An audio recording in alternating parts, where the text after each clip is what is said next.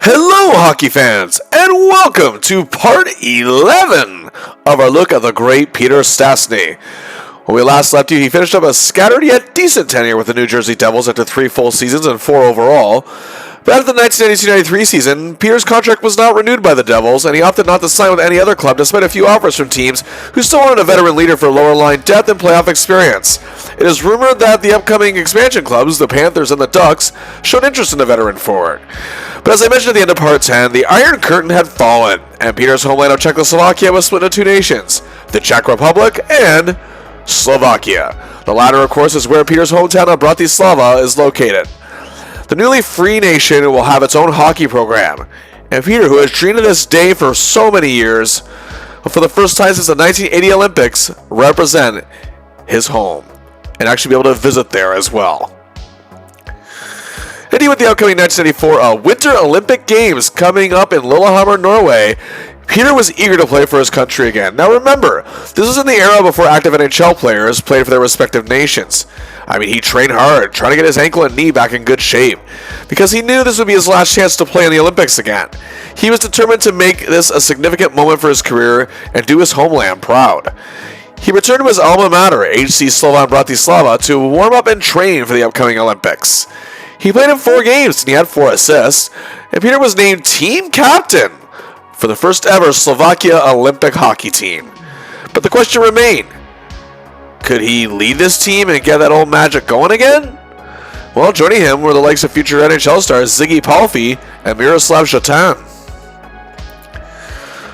And indeed, for the first time since 1980, Peter Stastny returns to the Olympics, and he actually becomes the first hockey player in history to represent 3 different countries on international hockey, as he represented his former Czechoslovakia many times, and he represented Canada at the 1984 Canada Cup, as I mentioned, and now Slovakia. This was a personal and emotional journey for him. And the underdog Slovaks, led by our hero, were looking pretty good. And our hero's respected leadership and hustle inspired them.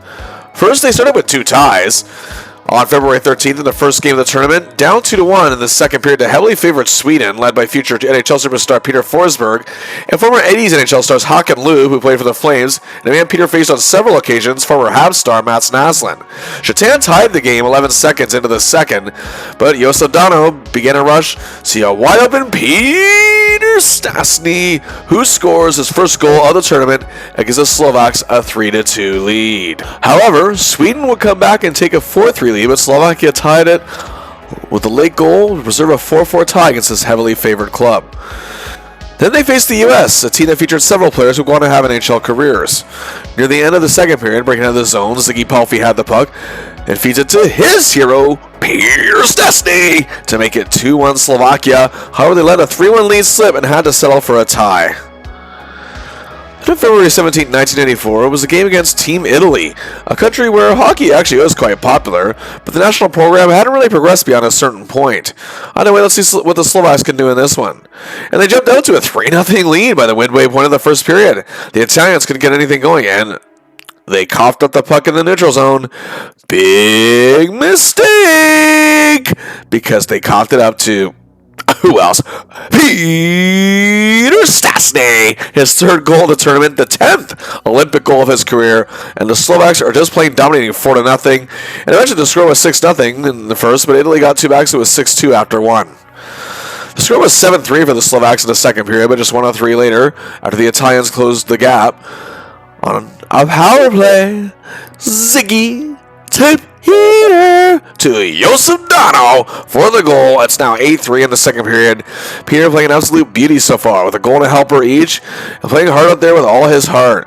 And just under 4 minutes later, with 2:25 left in the frame, here they come again.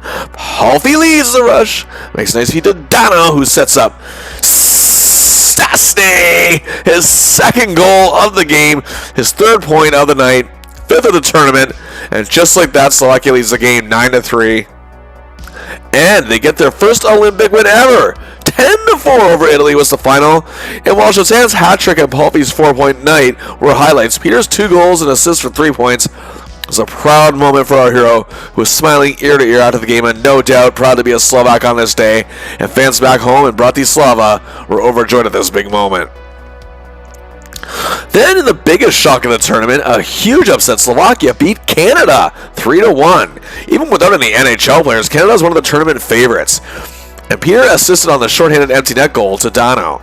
They finished off the preliminary round with a 6-2 win over France, Peter notching 2 assists in that one. Slovakia finished first in the Group B division with 3 wins, 2 draws, and no losses. Undefeated, meaning they advanced to the next stage, which means it's playoff time. And in the quarterfinals of the medal round, it'll be Slovakia against Team Russia. The split of the Soviet Union led to perils for Russian hockey. In 1992 Olympics, however, the unified team was formed, which was athletes from all around the former Soviet Union, and they had a gold medal winning team, but they do not get that benefit this year. For one thing, a lot of those separate countries are now forming their own hockey programs. The Russians finished the preliminary round with 3 wins, no draws, and 2 losses. And just past the midway point of the opening period, Miro Marcinko gets the puck to Dano, who makes a perfect play to Peter Stastny, who gets the goal and puts the Slovaks at 1-0. The Russians tied it, but Shatan scored. It was 2-1 Slovakia after 1. But then the Russians tied it again, 2-2 at the end of the second, and the end of the third saw no scoring. We're off to overtime. Now, Peter is no stranger to OT, and he's working his ass off out there to try to get his team this huge win. And 8:39 into overtime, Alexander Vingradov sticks the dagger into the heart of our hero, his team, and the nation of Slovakia. This was a tough pill to swallow for the Slovaks, as the miracle run just can't be realized, something Peter also had happen to him constantly in Quebec, it seemed. But despite it all, he can be proud of his team, his country, and himself. They fought hard all the way through this thing.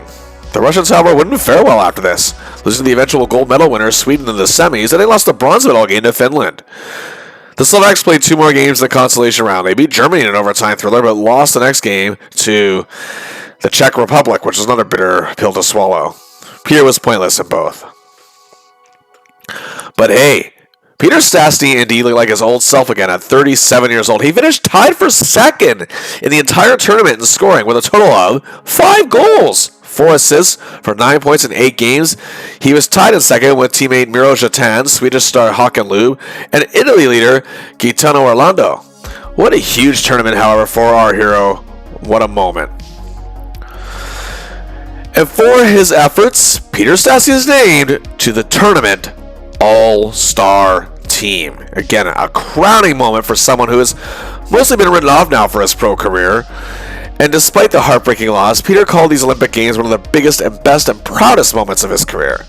The boost got the Slovak hockey program moving, and Peter is seen as a true pioneer of hockey fans in his homeland. Peter's international career and even his pro career in the NHL aren't quite done yet, but spending this time playing for Slovakia and taking a sabbatical from the NHL added to his already impressive international success that he originally had in the old Czechoslovakia. Peter's pride for his heritage shined bright, and he's seen the happiest he'd been since he left Quebec. He also added 4 assists in 4 games for HC Slovan Bratislava, which I mentioned, so it means now his total are 113 goals, 113 assists for 244 points in now 202 games. But he's not done yet, as he is indeed returning to the NHL. And Peter Stastny is going to sign a deal with the St. Louis Blues. And yes, I will give a brief backstory. Well, the Blues were part of the NHL's first major expansion in 1967 as part of the Next Six, with the original 6. The Blues were the first successful club to come out of the Next Six, coached by Scotty Bowman. They made it to 3 straight Cup finals, but didn't win one. As a matter of fact, since 1970, they haven't been back to the Cup since. In the 1970s, the Blues had several hit-or-miss seasons, but by 1979, they hit rock bottom. But since the 1979-80 season, the rebuilding phase began, and the Blues have made the playoffs every year since, right up to now, but only made the conference finals once, despite having such tremendous talents like future Hall of Famers Bernie Federko and Doug Gilmour. By the 1990s, Federko had retired, and Gilmour was with the Flames.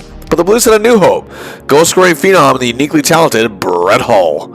And with him, a superstar centerman in Adam Oates. They also acquired star Caps defenseman Scott Stevens, and had a young go-getter named Rod Brindamore.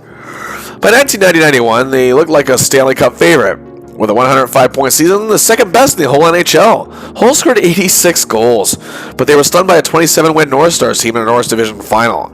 As I mentioned in a previous video, of course, the Blues had to part ways with Scott Stevens, who had become Peter's teammate in New Jersey, as compensation for Brendan Shanahan. During the 1991-92 season, the Blues weren't that dominant, and they made a move that angered fans. They traded Adam Oates for centerman Greg Janney. Now, Janney is a fantastic hockey player, but was nowhere near the level of Oates in this era, and it did show.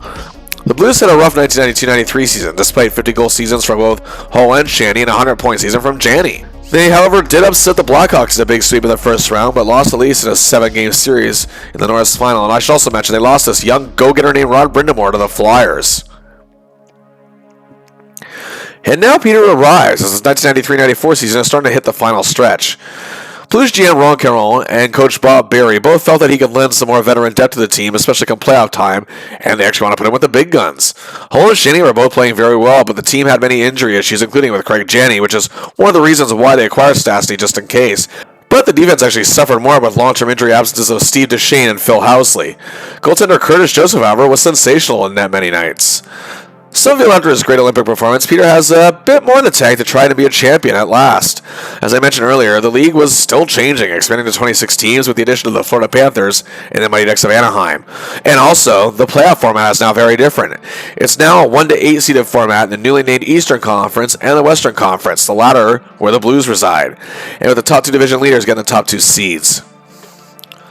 With 17 games remaining in the season, the Blues actually weren't in any immediate danger of missing the playoffs, as they sat in 5th place in the Western Conference with a solid record of 33 wins, 26 losses, and 8 ties for 74 points, the exact same point total as the 6th place Blackhawks, but Chicago had more losses. But even the 8th place Sharks are 11 points behind. They hope to catch division rivals Dallas, the Dallas Stars that is, 5 points ahead of them in 4th. The Blues, despite having Hull and Shanny, are actually in the bottom 10 at this time in goal scoring. They also get up the 18th most goals, but they do have a very good power play and a passable penalty kill. Let's see what our hero can do. He makes his debut for the Blues on March 12, 1994, hosting a sluggish New York Islanders team led by superstar Pierre Turgeon, as well as talent Steve Thomas and Ray Ferraro up front, Tom Crivers on defense, and goaltender all-star Ron Hextall. And Peter makes his debut count quick. 5:04 into the game on a power play. Peter controls things at center, but he's well covered. So he feeds it to Shanny, who gets the opposite wing to Brett Hull, who wires it home. And the Blues strike and lead first 1-0 as Peter scores his first point as a Blue and the 1,222nd point of his career. The Blues led 3-0 by the midway point of the period, but the Isles got 2 back in his 3-2 Blues. Then it was 4-3 after 2 periods for the Islanders. But then, just 22 seconds into the third, power play, Peter again steers the rush. But he's covered, so he gets it to Hull, who can't get it, but he hits it back at the point to Duchesne. And Peter has his second assist of the game and a key tying goal for his team at 4-4. And then, 8:36 into the period. On another power play, the Isles make a bad clearing attempt. Big mistake. Peter grabs the puck and snipes it home. His first goal is a Blue, his 3rd point of the game. He is on fire again. And he gives his team an important 5-4 lead and returning to the highlight reels as well. The Blues would never have to settle for a 5-5 tie, but hey, count it up. A goal, 2 assists, 3 points, his first NHL game in close to a year. Again, carrying that Olympic momentum into his tenure with the St. Louis Blues. He was named first star of the game, and the Blues fans gave him a tremendous ovation, welcoming him to the team. However, they would be shut out 4-0 by a sad Jets team, Peter a -1, and he had an assist in a +1 in a 4-2 loss to Doug Gilmour and a really good-looking Leafs team. Then in a game against the Chicago Blackhawks on the road, a team led by Jeremy Roenick, Chris Chelios, and goaltender Ed Belfour, the Hawks were leading 3-2 late in the game, and time was counting down. But with 33 seconds left, the Hawks were calling a penalty, and the Blues had already an extra attacker out there with Joseph out of the net. So the penalty makes it 6 skaters on 4. The puck is dropped. Peter wins a key faceoff. Hull takes the puck and gets it to Duchesne, who wires it home. He scores. Peter with the faceoff win and assist. A huge play for our hero. The game is tied 3-3. We're out to overtime.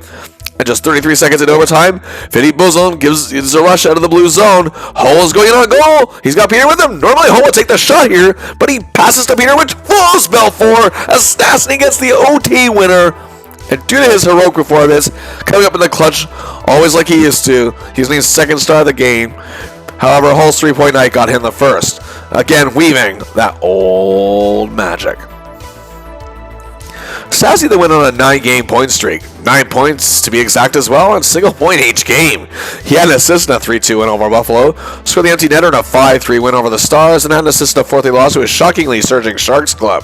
He scored another empty netter in a 3-1 win over Expansion Florida, then had an assist in a 4-3 loss to terrible Tampa.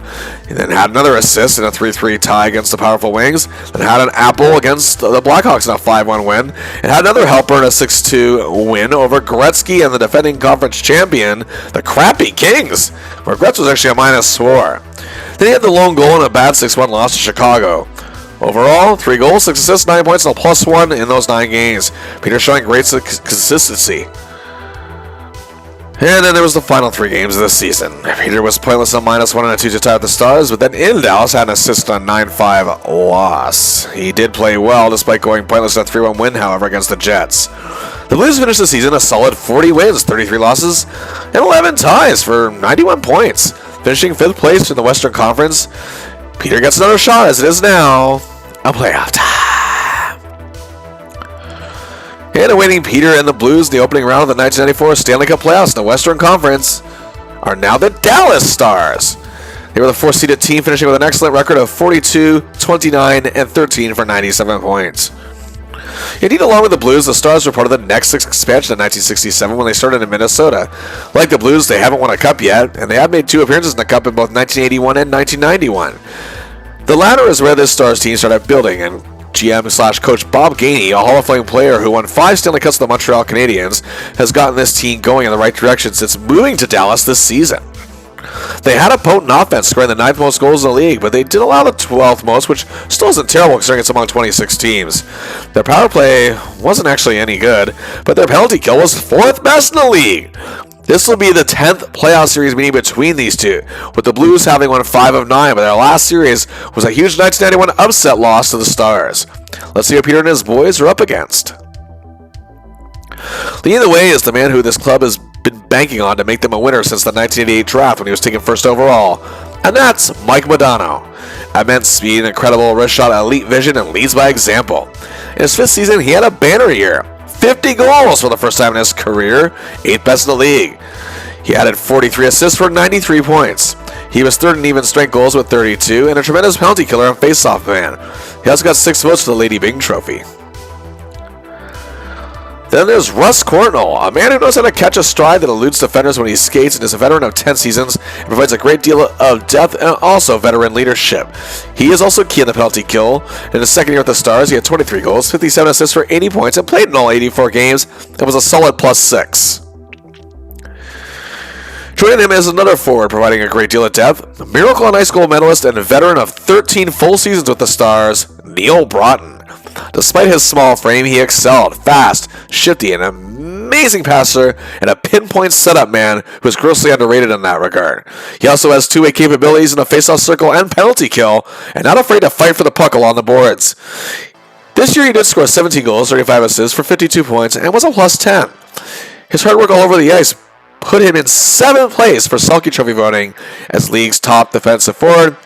He also brings 101 games of playoff experience with 75 points and played in those both 81 and 91 playoff runs.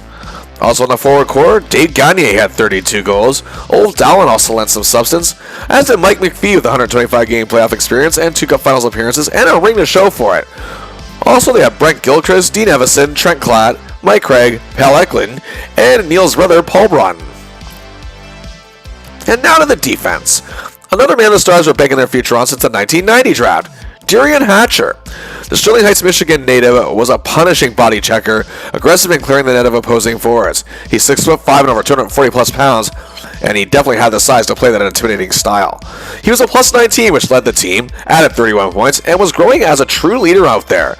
Also on defense, veteran Grant Ledyard had a great season. Paul Cavallini, sophomore Richard Matvichuk, minor league call-up Doug Smolik, who's in for injured team captain Mark Tenorti, And veteran of 12 seasons, traditional and underrated Craig Ludwig, who himself has 126 games of playoff experience with 2 finals appearances and his name on the cup. And in goal, the Stars decide to go with backup Darcy Wakaluk, opting not to use playoff veteran Andy Moog, who didn't have the overly great season. However, Wakaluk was a sparkle in net and was great at puck handling. He had a record of 18-9-6 with a very good 2.64 goals against average, which was 6th best, and his .910 save percentage was 7th best, and added 3 zeros in shutouts. Well, here we go.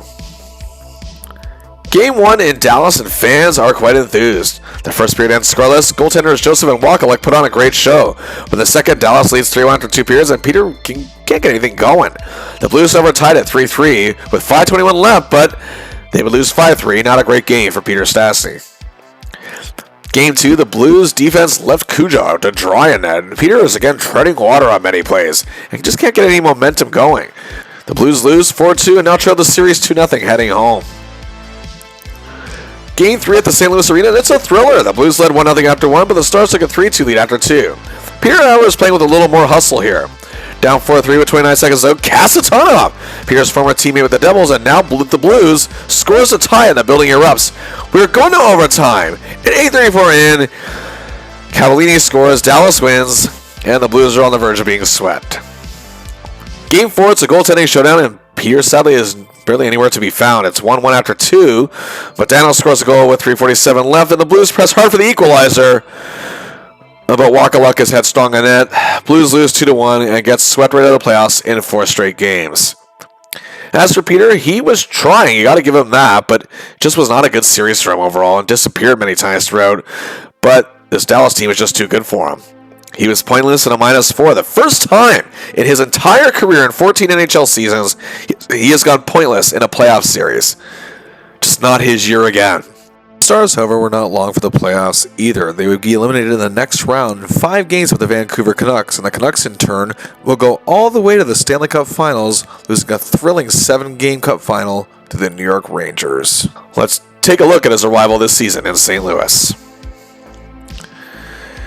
In the 1993-94 season, joining the Blues in March, Peter scored 5 goals, 11 assists for 16 points in 17 games. Not too shabby. And he was put with the big guns right away, and it did work. Brendan Shanahan was the only one to set up Peter for more than 1 goal, setting him up twice out of the 5 he scored. And with Brett Hull, hey, they made a pretty good team. 5 of Peter's assists went to the Golden Brett, and he and Hull worked together to produce 8 goals this season, as they collaborated for 2 assists as well. And that category was a 3-way tie, one of them being with defenseman Phil Housley, and the other being with Steve Duchesne. And speaking of Duchesne, they also teamed up together to produce some magic with 6 goals.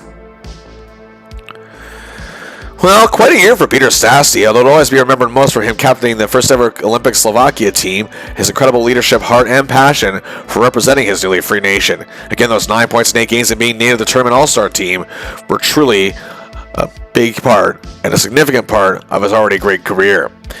He did start out well with the Blues and actually stayed pretty consistent despite finishing a -2 at the end of the season. Either way, his spark in the Olympics showed he still did have a little something left for the NHL. But it was one of his most lackluster playoff performances in his career. He just slowed down too much. Either way, he feels he should give another try. He'll remain with the Blues going into next season. So here we are. Peter Stastny is about to enter his 15th NHL season, and we will continue with the St. Louis Blues. However, before the 1994-95 season can begin, there is a setback. That's the NHL lockout, which lasted from October 1st, 1994, all the way to January 11th, 1995. When it ended, the NHL decided to have an abbreviated 48-game season, where regular season games would only take place between teams in the same conference. The Blues had made some changes, most notably at head coach and GM. Mike Keenan, fresh off winning a Stanley Cup with the New York Rangers as their coach, arrives in St. Louis also taking the GM role. The Blues made some key acquisitions, including a man Peter faced off against many times in the face-off circle, former Habs veteran Guy Carbonneau. Also, playoff experience past Esa Tikkanen, who comes in from the New York Rangers with Keenan, and best known for his days as an Oiler. But the biggest grab of them all, Calgary Flames megastar defenseman Al MacInnis. This is a team that can do some damage potentially. Let's see what Peter can do. Well, in the opening game of the season, Peter played well, assisting on a Denis Chassé goal in a 5-2 win over the San Jose Sharks. And he played pretty well with a +1 in a 7-1 win over the Vancouver Canucks. but then was a -1 in a 6-4 loss to Calgary. He was placed in what would be a final showdown with Wayne Gretzky in a 3-1 win over the Kings. Peter's knee injuries, however, came back to haunt him. He would miss 18 games. He did return, however, on March 14th, 1995, my 12th birthday, in a game against the Edmonton Oilers on the road. The Oilers are rebuilding and led by young guns such as Jason Arnott and Doug Waite. They also have veteran Shane Corson up front, defenseman Luke Richardson and Bill Ranford still in net. The Oilers took a 3-2 lead in the second period, but 8 seconds later, off a draw, Peter goes back to veteran Doug Lidster, sends the puck up to streaking Peter Stastny, who shoots and scores his first goal of the year, the 450th goal of his career, the 1239th point of his career. The Blues, however, would lose the game 6-5, and again, Peter was injured, and he would miss many more games. And despite starting to participate in practice, his knee still wasn't 110%. However, he was given permission by the Blues organization to make the trip to the 1995 World Ice Hockey Championships. However, Slovakia, due to being a new program, had to work their way into eventual championship qualifications. But they did qualify for Group B after winning the Group C pool last year. Unfortunately, individual game stats haven't been easy to come by, and I'm unable to find them. But the results of this portion of the tournament saw the Slovaks win all 7 games. 7-3 over Great Britain, 9-3 over Japan, 10-0 against Poland, a tight 4-3 win over Latvia, 6-2 against Denmark, 13-4 over the Netherlands, and ending it with an 11-0 thrashing on Romania. So indeed, Slovakia wins the World Championship B Division title. And Peter led the pool in scoring with 8 goals, 8 assists for 16 points in 6 games, missing one of the games. Sadly, I can't find which one he missed. But either way, he wins his native land their first international title, technically. And that also means Slovakia can play in the A group of the World Hockey Championship itself, competing for medals.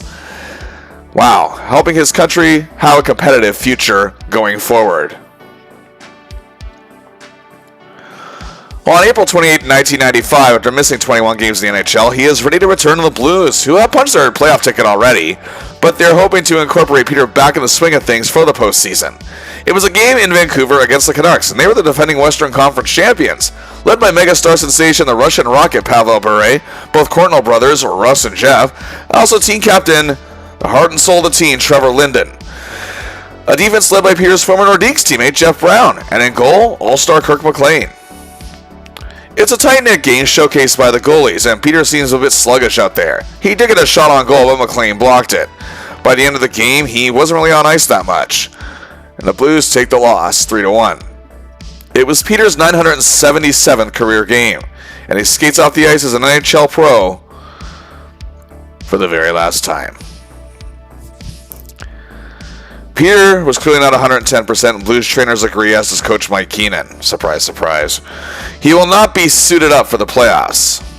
His career, after 15 seasons in the NHL and 20 years playing on a pro level, is over. In just 6 games in the abbreviated 1994-95 season, Peter did have a goal and an assist for 2 points. The only one to assist on Peter's lone goal was actually veteran defenseman Doug Lidster. The first of his career was assisted by Robbie Fatorik and Wally Weir all the way back on October 26, 1980 against the Blackhawks in Chicago. The assist Peter notched was to Denny Chasse, a gritty undrafted rookie. His first assist was in his first game, as I mentioned in previous videos, to Jacques Richard on October 9, 1980 in Calgary, the first NHL game to be played in Calgary, no less. And the only assist was collaborated with veteran Esa Tikkanen. His first collaboration was with Pierre Lacroix, setting up Jamie Hislop in Peter's second career game on October 10, 1980 against Gretzky and the Oilers in Edmonton. Well, the highlight of the season again was playing for his country, Slovakia, with 16 points in 6 games and winning the Group B title and World Championship, which again means Slovakia qualifies for the actual World Hockey Championships in 1996. He led the Pool B division in scoring with those 16 points in 6 games. With the Blues, speaking of 6 games, he just wasn't there anymore. He played as much games with them as he did in the Worlds. And yeah, he finished with the year with a +1, and the Blues did make the playoffs, of course, but he didn't play, and it actually go on to be eliminated by the Canucks in 6 games. Peter's career may not have quite ended with a bang, but it's the end of a wild and truly amazing journey. And of course, his time with the Blues wasn't long, even over the course of 2 seasons. And after being a welcome addition in the late 93-94 season, and actually played well in his very first game there, and was pretty consistent afterwards. And he did play okay some games this year too, but this is definitely a forgotten chapter in Peter's career with pretty good reason. In just 23 games in the course of 2 seasons, Peter scored 6 goals, 12 assists for 18 points for the Blues, which, for a guy in his downward trend, isn't terrible in the limited action he saw. During his tenure, he also had, of course, one last international accomplishment with the Pool B win at the Worlds, and leading it in scoring. And with that, we close part 11, but we're not quite done yet, because our finale in this series, part 12, will indeed go over all of Peter's accomplishments and the final numbers of his amazing career. Please like and share the video, subscribe to the channel, and until then, I'll see ya.